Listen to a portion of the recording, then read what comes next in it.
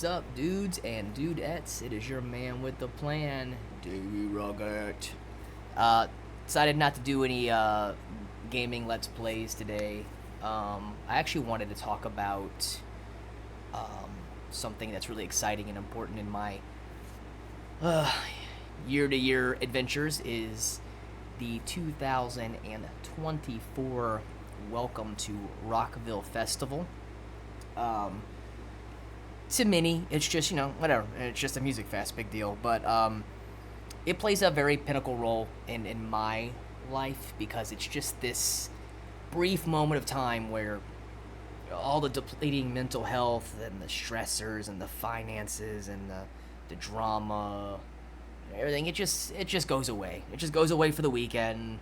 The inmates get to run the asylum, camp there, enjoy it. Without any stressors, and it's a lot of fun. Regardless to what specific genres you cater to, if you're like one of those people that is just oddly specific to one genre, it's always worth checking out. Because there's a lot to offer, and even if there's, for whatever reason, out of 150 bands, nothing you like on it, which maybe you should expand your horizons in music genres, maybe. But, whatever. The experience itself is still, it's a lot of fun. So, I know, here I am talking about, mainstream Welcome to Rockville with their headliners like Limp Bizkit and Foo Fighters and, sporting a sick cattle decapitation shirt. So to all you, gatekeepers or neckbeards or, metal community elitists, yeah, I listen to the underground and the mainstream. I kind of enjoy a lot of music. I don't like to be defined by one genre. In fact, with cattle decapitation specifically, I saw them not too long ago with Atheists Full of Hell and Authors and Punishments. Fantastic live show from all four of them. Human Air, Monolith of Inhumanity, and Death Atlas are my favorite albums by them, but I've been following them all the way through. From when they kind of transpired from, I guess you would say, more of like a death grind band from their early stuff to like a brutal death metal band somewhere in the middle to now they're kind of they're just pretty much a straight death metal with some progressive, fine tones under the ripples. So yeah, to all those people out there that feel like, you have to be like, oh, I can only like this genre or else the metal community will disown me. Fuck them. Like what you want to like, man. I'll go put on fucking Taylor Swift in 5 minutes, and then I'll change over to Aborted. Who gives a fuck, man? Like what you like. Anyway, tangent over.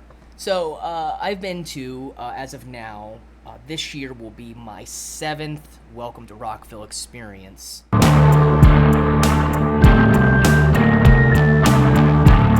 got something you can never. My first one, I was first coming back from Riley, finishing my my military obligations. This was the first one I hit, and it was it was a pretty banger. This was back when it was Jacksonville. It was a 2-day event, and they did the headliners: Korn, Marilyn Manson, and Slayer. Day 2 was Slipknot, Godsmack, and Slash with Miles Kennedy, basically performing Alter Bridge solo stuff and Guns N' Roses music. But it was a lot of fun. It was pretty notable for a tornado warning that came through and had us all huddled under the I-95 overpass for a little bit, but overall it was a blast. Slayer absolutely just killed it. I remember I was with my friend Kim. We met this couple, Nicole and Keith, and I was like, we jumped around, kind of everywhere because that's what you do with these festivals, but I was like, I'm gonna go see Slayer, because the last time I saw Slayer was, I believe it was either Reinventing the Steel Tour or the Real Steel Tour. I was getting mixed up. And I believe it was Slayer, Pantera, Morbid Angel, and Scrape. I can't remember. So this was me catching Slayer decades later. I remember I walked in and they opened up that sound effect for Rain and Blood, and I hit that first riff, and it was a war zone. It was beautiful. Fucked my leg up for the rest of the night. But it was the, it's what it is. You gotta, there's sacrifices in the game, so.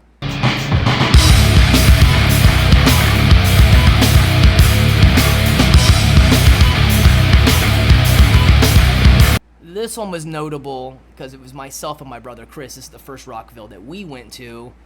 But the night prior to Rockville, we were at my apartment in Ormond with the hospital staff, and we just got mega drunk, super drunk. We both woke up hungover and dehydrated and took on this 2-day music festival, just dying. Just catching a little bit of this and a little bit of that, but it was pretty brutal. You'll also notice a common trend for me, where like the headliners are always, the big, 80s metal, new metal, hard rock titans that basically own the radio waves. And that's gotta happen. You need those anchor bands to fish in that main ticket selling power. But they do a really good job, I think, of filling in the undercard with, you'll get metalcore, you'll get hip hop, you'll get melodic death metal, you'll get thrash. I mean, they actually have had a lot of really heavy bands over the years. I mean, they've had the Big Four, they've had Slayer, Metallica, Anthrax, and Megadeth. They've they've done melodic, they've done all kinds of stuff. So you will catch a lot of stuff.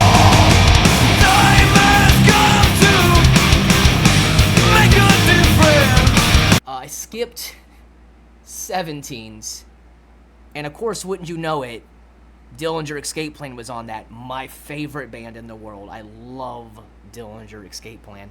However, I've seen them twice in club shows, and I'm going to be honest, I don't think Dillinger Escape Plan's sound and their live show would have worked at all at a festival. So, it is what it is. Anyway, so jumping back on, I then caught 2018's right here with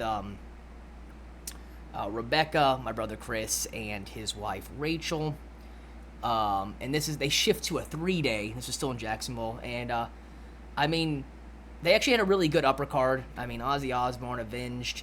I'm not a big Foo Fighters fan, but I loved seeing Billy Idol. Billy Idol was a blast, and this is actually a notable one because I got burnt to hell because my friend Rebecca and I actually held the rail for Saturday because she really wanted to see Hollywood Undead up close. And in order to catch those later bands and be up on the rail, you have to hold it the entire time. So there's no water, no food, no shade. You just hold that rail and wait and wait and wait. So we sat through Tyler Bryant and the Shakedown. Then we went into Avatar, Black Veil Brides, Seven Dust, and Hollywood Undead. However, when we watched it, Seven Dust came on actually before Black Veil Brides. But, so it was good for me, because I do like Hollywood Undead, but, if I would have had to sit through a bunch of bands that I just really didn't like, it would have been rough. But I like Avatar, I like Seven Dusts, and Black Veil Brides actually weren't terrible, so, that was fun.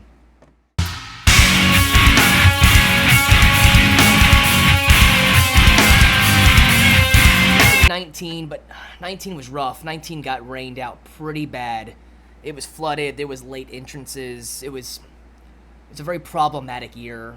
But again, I know a lot of people like to, trash and rain all over DWP sometimes because people are just assholes and they don't know what they're talking about. But DWP run really good festivals and they really they do everything in their power to make it all work. And, you got to think, we're up to now 5 stages, 150 bands. That's 150 moving pieces all coming together on top of 200 other moving pieces with, stage setup and techs and support and attendee support and management. It's a lot of moving parts. People don't get that. It's not like you just go, hey, festival time. They're up there fucking grinding to make this stuff work, and it does. You do have problems. It's Florida.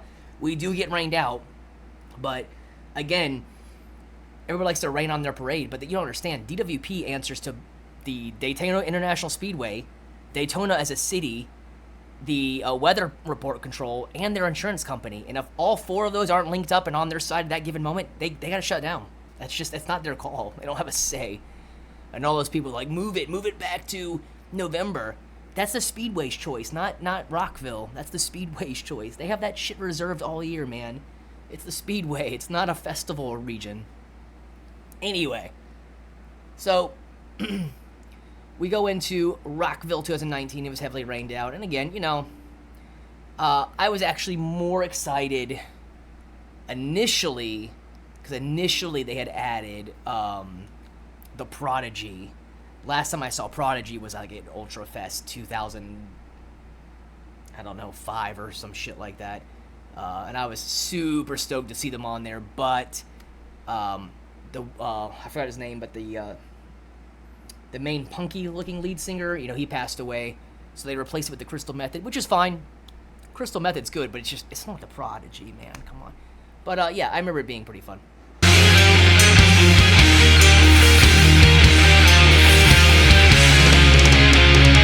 So then Rockville took a break because of COVID, but then they came back with a bang. They actually left Jacksonville, which, listen, to all you Duval locals, all right, I know you hype and love Jacksonville and you love Duval, but if you're going to sit there and debate and tell me that it's better in Jacksonville than it is in Daytona, you high on some Jacksonville dust. Because, watching the main stages on a blacktop asphalt, staying under overpasses, having to cross the street, nowhere to park, one-way metropolis traffic and crowds. No.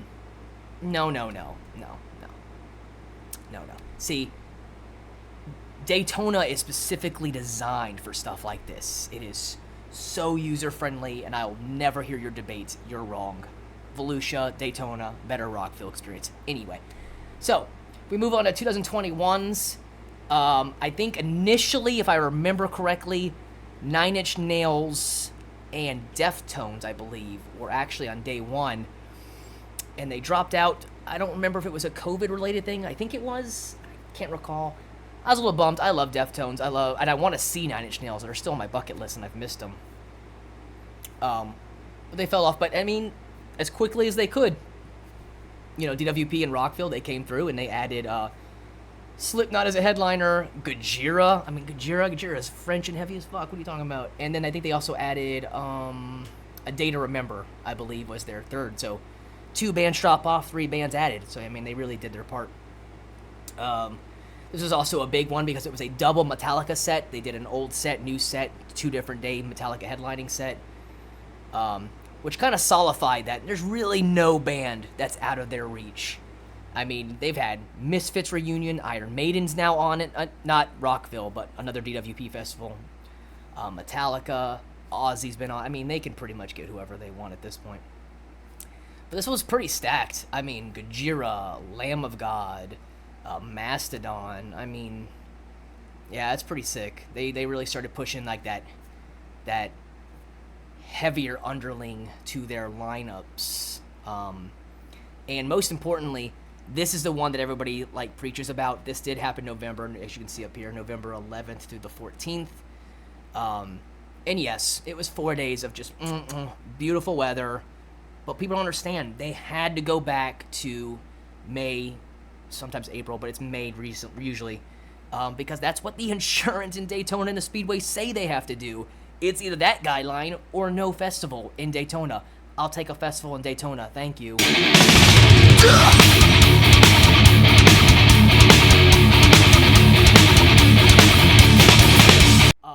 Came back for last year's 23, which I'm gonna say I thought it was pretty stacked. I had an absolute blast. You had Slipknot headlining again, but you had Avenged Sevenfold, a reunited Pantera, and Tool closing out. It was a blast. I mean, they had a Creator, Sepultura, Suicide Silence, Born of Osiris. I mean, Malevolence, Converge, who I missed. But it was an absolute blast. Fun fact, though, I mean, one of the most hyped and exciting bands of the entire weekend for me was actually Yellow Wolf. Yellow Wolf killed it. I was so dehydrated and exhausted after Yellow Wolf because it was just go, go, go, go. It was hype. And I remember this year most specifically because I dropped too much acid and had to mingle my way back from halfway through Incubus's set all the way back to the RV and try to climb out of these little wormholes that I was falling into and miss Deftones and Tool. Luckily, I've seen Deftones, Incubus, and Tool, or I'd have been really upset because that's a great lineup. But, hey kids, this is what happens to your drugs when you do brains. Okay, so don't do that. Anyway, so that gets me to this point, right? So I've been to 6 Rockvilles. This year will be a VIP experience, which now makes 3 VIP experiences, which I'll get to, and then 4 general admission experiences, and this will be my 3rd camping experience with Rockville.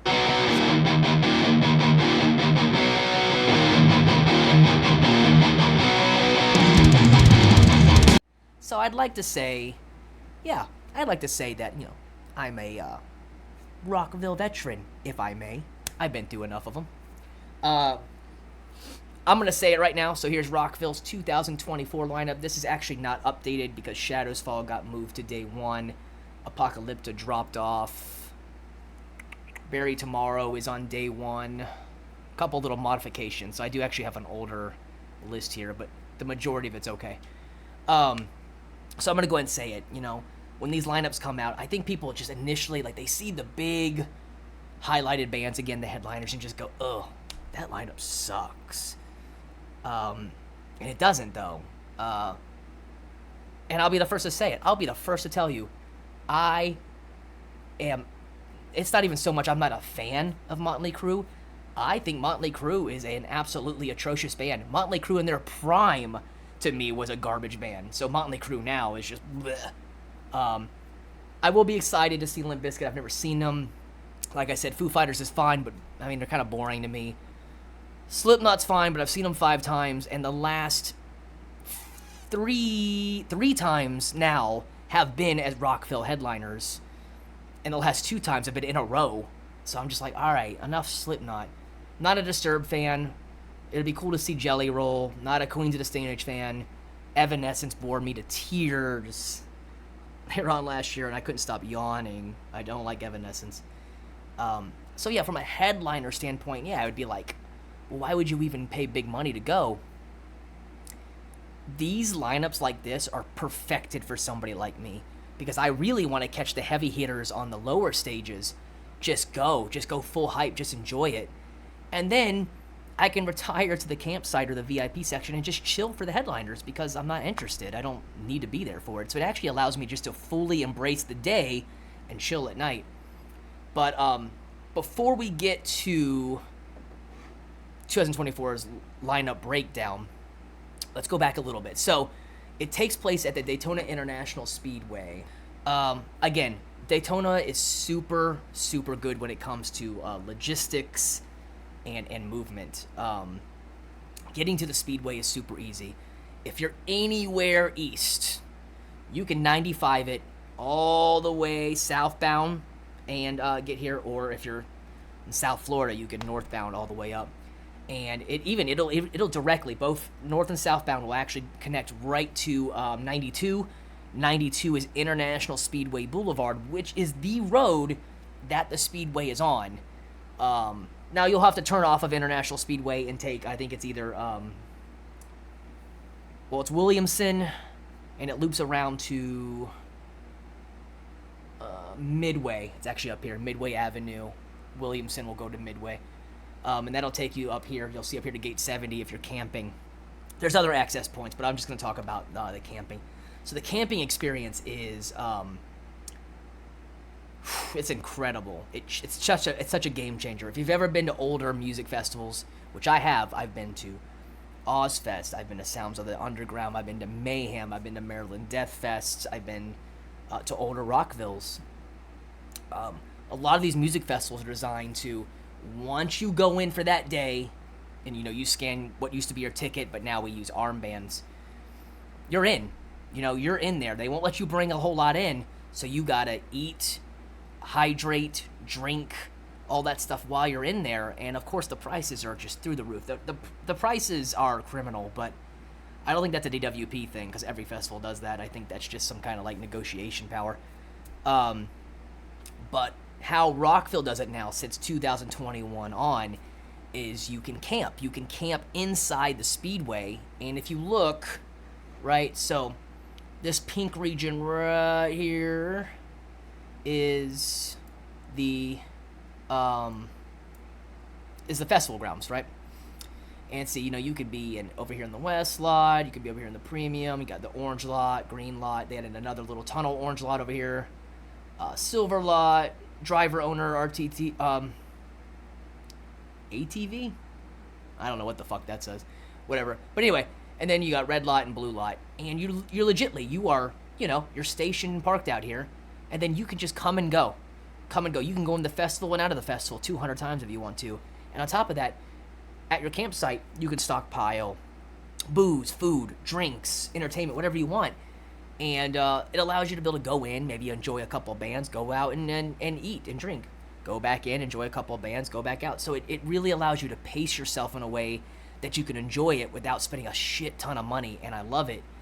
And it's also just this lawless Rockville community. Like, security really doesn't mess with anybody. Everybody goes to their parking spots, camping spots, tent spots, car spots, RV spots, whatever. And everybody's just really chill. I mean, you can network and talk and vibe and hang out with almost anybody or be left completely alone. Nobody really messes with anybody. It's a lot of fun. And I'm going to be honest, security, they don't really hound you. I mean, you have to go through, like, checks and stuff. Like, you'll come in up here through gate 70, loop around into general parking. They'll do a check. Then you actually loop right into here, and you come down to get to your spots. And there's a huge list of stuff that's prohibited, but they don't really hound you too much. And I think that's because we, as, tenants of this festival, nobody really gives them a reason to, everybody's just very respectful, and I mean, I don't ever see like any fights or problems when I'm there, so I like it a lot. Now, it's in the middle of May, it's hot, it's muggy, it's rainy, it's gross, but gotta have those sacrifices. Anyway, so this year, for the third year, me and my camp crew are actually going to be up in here in the blue RV lot. We'll RV park up here, which gives us access out here. We got some friends out here in the orange lot. I think we have 2 friends out in the orange lots. And then we have another group that'll be up in the blue RV lot too. And and you can go throughout the whole campsite. You can mingle at different campsites and walk around. There's no like barriers or anything. The colors are just based on where you will be at your campsite, but you can move around and mingle. Also have your own bar. It's the Boardwalk Club out here, where you can get drinks as early as wake up time in the morning for that hair of the dog. Now I did VIP this year. This will be my 3rd VIP. VIP is very questionable. It doesn't do a lot for me specifically. It'll allow you to get in a little quicker, but I'm going to be honest, getting in and out of the festival from the campsite is not a super long process. It's got the whole zigzag thing like you would see in a theme park, but they move you through really quick. However, VIP does get their own straight line, so you will get in a little quicker. For me, that works out because there's sometimes where I just go in just to get like island noodle or merchandise and then come right back out. I don't even fucking stay in there for bands sometimes. So that immediate, instant access and removal is great. But it also gives you little, I don't think I see them on here. Well, it'll probably be on the other map, but it gives you access to VIP, like bar sections, merch sections, bathroom sections, which it can be really useful if we don't want to wait in long lines. And it does have little sections for VIP to see the stages, but you're not close. You're way off to the side. However, again, if it's like a band for me, like Foo Fighters, where, I'm not really interested in being out there with them, but I'll watch them. Yeah, I can go sit in the grandstands and just watch, not grandstands, I'm sorry, that's the VIP stand section, and, I can watch them, but I don't have to be all out there exhausting myself or whatever. So yeah, that's camping. They also have a, right here, they have a, it's a little, like, convenience store with hyped up prices, but they have pretty much everything you could need if you're running low on stuff, say ice or beer or sunscreen. Bring sunscreen. Bring a lot of sunscreen. 50, FPS or higher at that. You will burn. Don't let the overcast fool you. I know. I've gotten burnt a few times. And as far as like the campsites, you can really push your imagination. You can set up canvases and tarps and pools and tables and chairs and grills, and yeah, you can really make it your own. We try to set up a whole outdoor area to enjoy. Yeah. Okay. So, again, talking about where I'm at specifically. So this is the blue lot right here. So this is where we go. However, they have it set up towards like, as you see right here, you see what looks like a RV in the middle, RV. It's not actually like that. You actually have RVs all the way to this side and RVs all the way to this side. This whole middle area is just a walking path. So it's not cramped as it looks. You have a lot of room. You have plenty of room at that. But we come in here. But anyway, so they have 5 stages this year. They've upgraded from 4 to 5 stages. Apex is right here, which I assume would be their headliner, their main stage. It used to be the Space Zebra stage. Used to be what they call it. And then over here, you've got Drift, which is like their second kind of main stage, which I'll explain when we get to the lineup. And that is the Drift stage, I think, it was Space Zebra and Danny Wimmer Presents, I think, stage. Then they had this stage over here. This is the garage stage now, but it was actually initially right about here. It was actually right here facing this way, which was like their more unknown. It's like their heavier band stage, really. And then, oh, here we go. And then they have Vortex, which I think was the Rockville stage.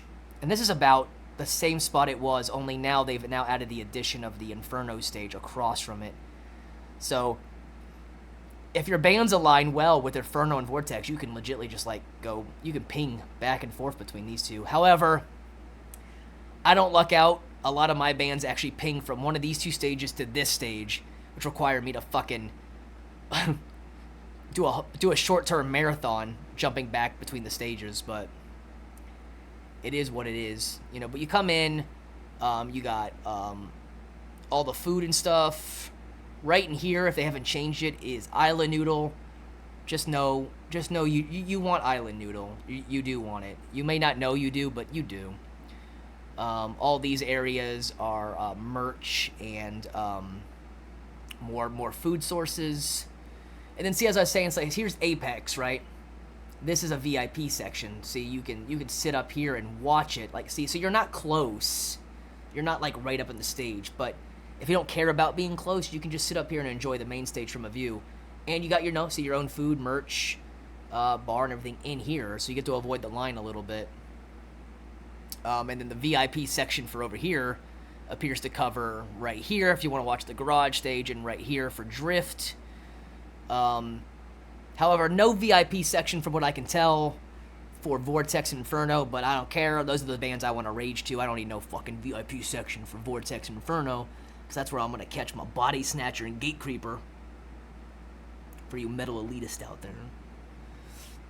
Yeah, Gate Creeper's on it, guys. You can talk all the shit you want, but Gate Creeper is a death metal band, and they are on the lineup, so don't hit me with that. They don't get any good bands. Gate Creeper's a great band. So is Fuming Mouth. They're on it, too. Anyway, I'm getting off topic. So, you have a big Ferris wheel that's always about center.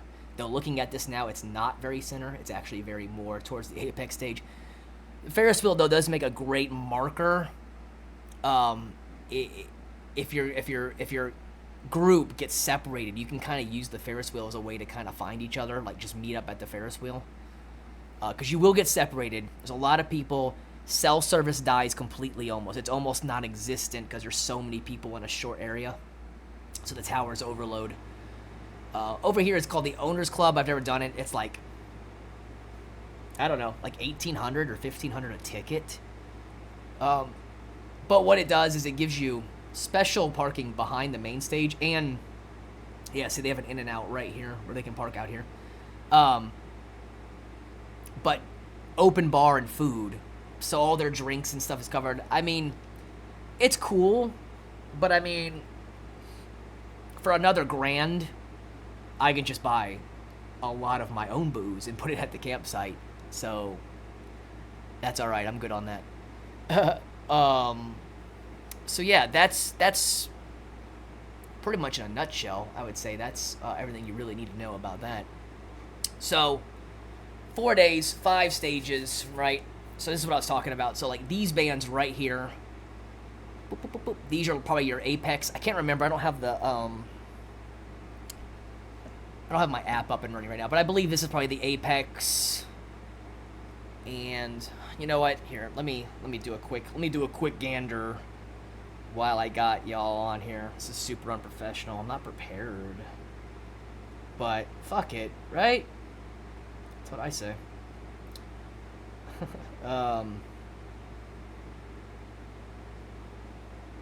Okay, so yeah, so Apex, yeah, so this is the Apex stage.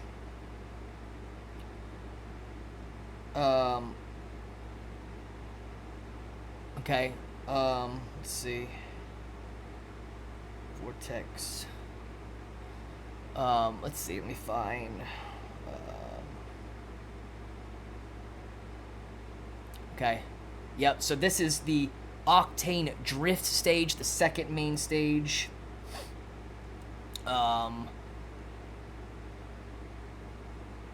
Let's see what we got here.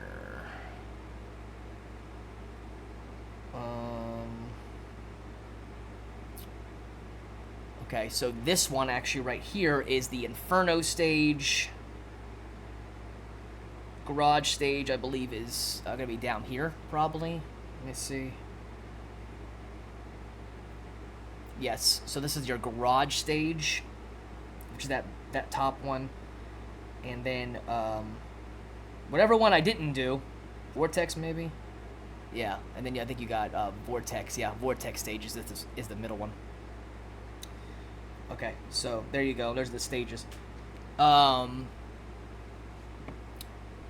So, yeah, you know, you got everything. You got hair metal, heavy metal, thrash metal, new metal, hard rock, you know,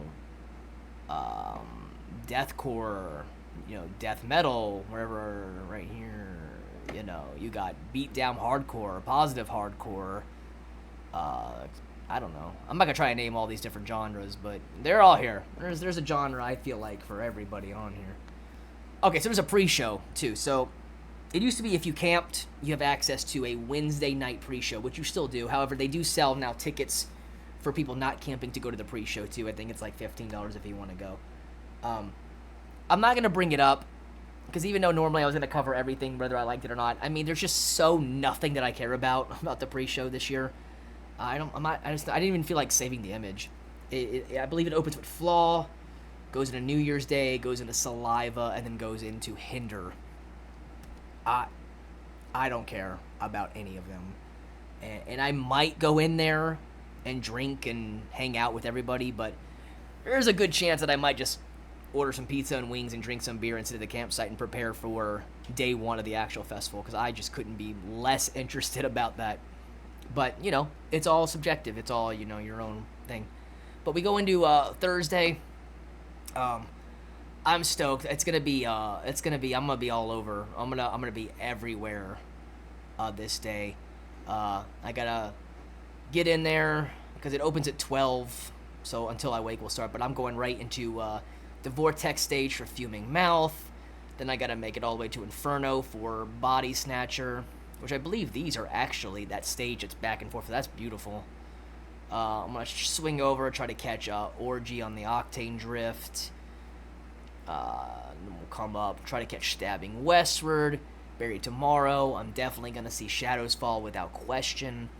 I was debating between Soulfly and Miss May I, but I think I'm going to go Miss May I because they do put on a really good live show. Do August Burns Red. I'll catch a little bit of Mudvayne. Oh, no, I'm going to catch August Burns Red and then go into a little bit of Mudvayne because they start about halfway. But I'm going to watch all of August Burns Red and then I'll catch whatever's left of Mudvayne. I was actually going to catch Insane Clown Posse just to see the stage theatrics because I heard they put on a really funny stage show. I'm not a huge ICP fan, but I'm going to catch my boys Judas Priest. I love Judas Priest. They put on a great show, so I'm definitely going to go over that. And then I want to catch this Kerry King act. I mean, it's a thrash metal supergroup. I believe it's Kerry King, of guitarist of Slayer, and I believe it's the drummer of Machine Head, the singer of Death or Dark Angel, and the bassist of somebody too. I don't recall. But so that should be a lot of fun. They'll probably play Slayer stuff and maybe some older Machine Head stuff, which that will make up for missing Machine Head, and Darker Death Angel stuff. So that should be a lot of fun. And then that's it. Yeah, I'm going back. I don't care about Disturbed, and like I said, could care less about Motley Crue. So that's it. I mean, that to me, I've hit well enough to cover what I've already paid just on day one. That's a solid group of bands. So then we'll go to the next day. I know some friends of mine are getting up early enough to catch Alien Ant Farm. I'm not gonna watch Alien Ant Farm, but I'll still go in pretty early with them. When they go to Alien Farm, I'm gonna catch Dying Wish. I was gonna catch Power Man 5K, but it cuts into Dying Wish, so unless I catch the end of it, whatever. But then I got a nice little break right in here, and then I'll jump into. This is gonna be my first really hard one of the day. I gotta choose between Gate Creeper and Harm's Way. I think I have to go Gate Creeper. I would love to see Harm's Way, but I just don't feel like I can miss Gate Creeper.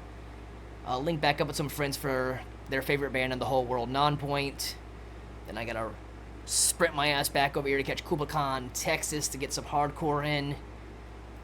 Then I get a nice long break in here, where I'll probably just fucking go back to the campsite and just relax for a little bit. I've seen In This Moment, but they're fun. I would like kind of to see Netzarib, because they're like old school, like EBM industrial, but again, I don't know. I'm probably going to catch Slaughter to Prevail.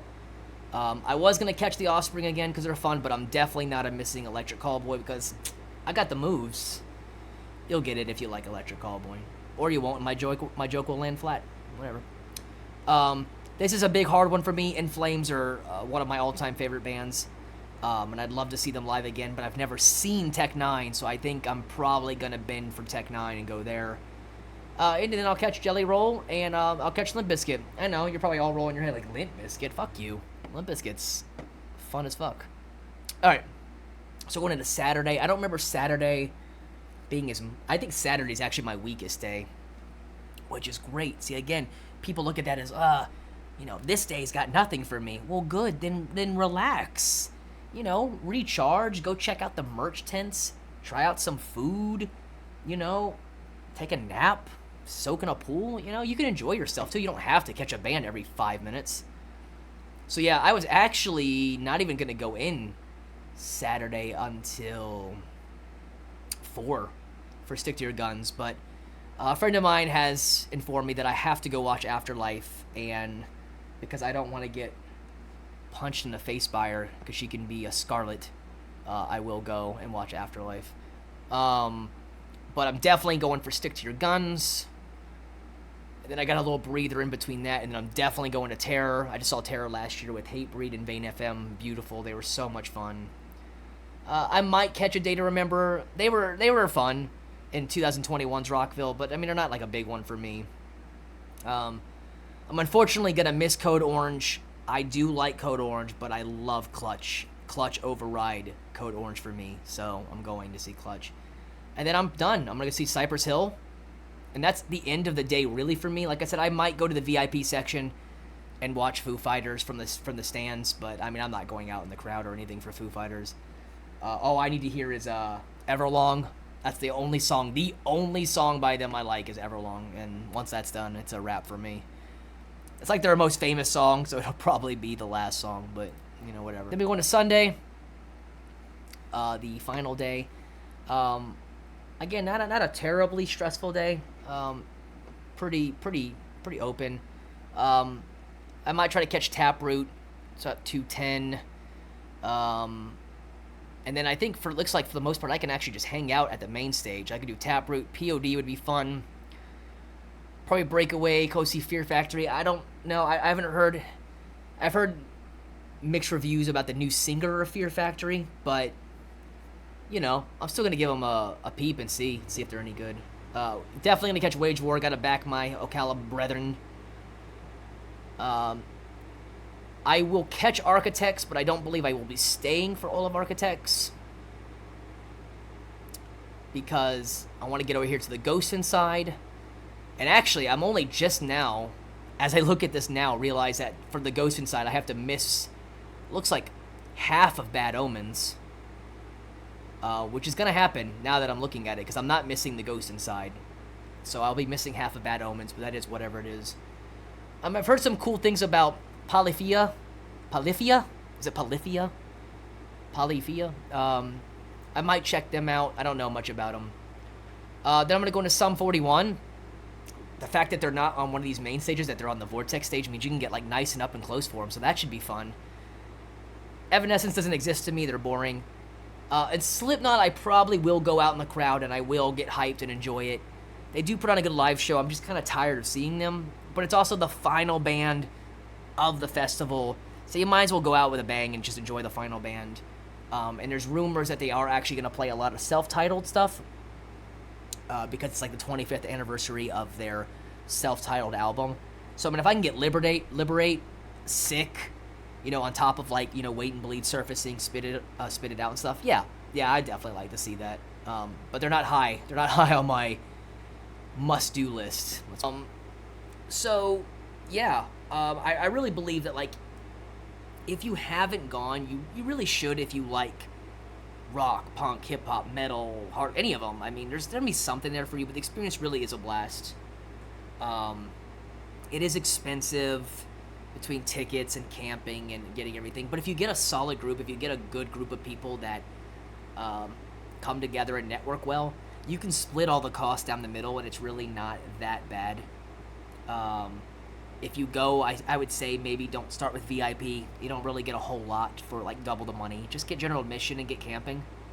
I would suggest RV camping, but it's just because it's more comfortable. I've tent slept last year, and you know, the sun pierces your tent in the morning, and it makes you feel gross, and you walk out and step into the morning dew, and they're doing sound checks, and it wakes you up, and it's not the best. So if you lock yourself in the RV, you got the AC pumping, man, you can just sleep and just wake up in the morning. It does get exhausting. It does get hot. You know, watch your feet, change your socks. They have public showers there, even if you don't have an RV, and they're great. They have great pressure, and they have individual little stalls. So you go into a stall like you would a toilet, and you get a dressing room and a shower. Shower, you know, eat. You know, yeah, booze up, do drugs if you want to, but balance it, man. Hydrate. You know, you can have a heat injury real quick, and that's gonna ruin your whole thing. You're gonna be removed from the festival. You're gonna be over in Halifax or Adventist Florida Hospital down the road, and you're gonna miss the rest of it. So, you know, don't do that. You know, enjoy it. But that is that's it, man. I would say that's really all I have to say about the Rockville experience. I'm sure I'm missing a bunch, but I do this shit on the fly. I don't really write it down. So hopefully it covers some stuff for you.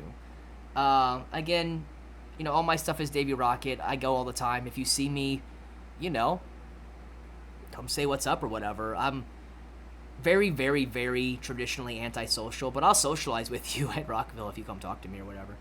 And if everything goes well, I should be pretty easy to find this year, because I ordered a flesh, like an Ed Gein looking human skin flesh vest and hat. I don't think there'll be too many other people that will sport that, to include me very long, because it's made out of latex, and I don't think I can stomach the heat in a latex outfit, but YOLO, I do what I want. So, yeah, so that's it. 2024 Rockville is less than a month away. Pre-show will be May 8th. Me and my group, we leave super early. Wednesday, May 8th. We get out there, get in line, get a good spot, unpack. It'll go through Thursday through Sunday, which will be May 9th, 10th, 11th, and 12th. Also, you are allowed to stay at the campsite all the way through Monday morning. I believe noon or 1 is the cutoff. So you don't have to worry about, like, oh, we're going to watch, you know, Slipknot on Sunday, and then, you know, we got to all pack up and get in and get out. And like, no, you can leave as you want. You can leave right after Slipknot, before Slipknot. You can leave in the middle of the night. You can leave in the morning. You know, you can leave somewhere before noon. It's very nice. They also offer ice vendors that'll come to you, trucks that'll drain your septic system. You have water and power, depending on the campsite you requested. Full emergency staff, security staffs. It's great. It's a lot of fun. So either go or don't go and be square. I don't care. I'm gonna be there. Whatever. So, that being said, I'll catch you all on the other side. Rock it out.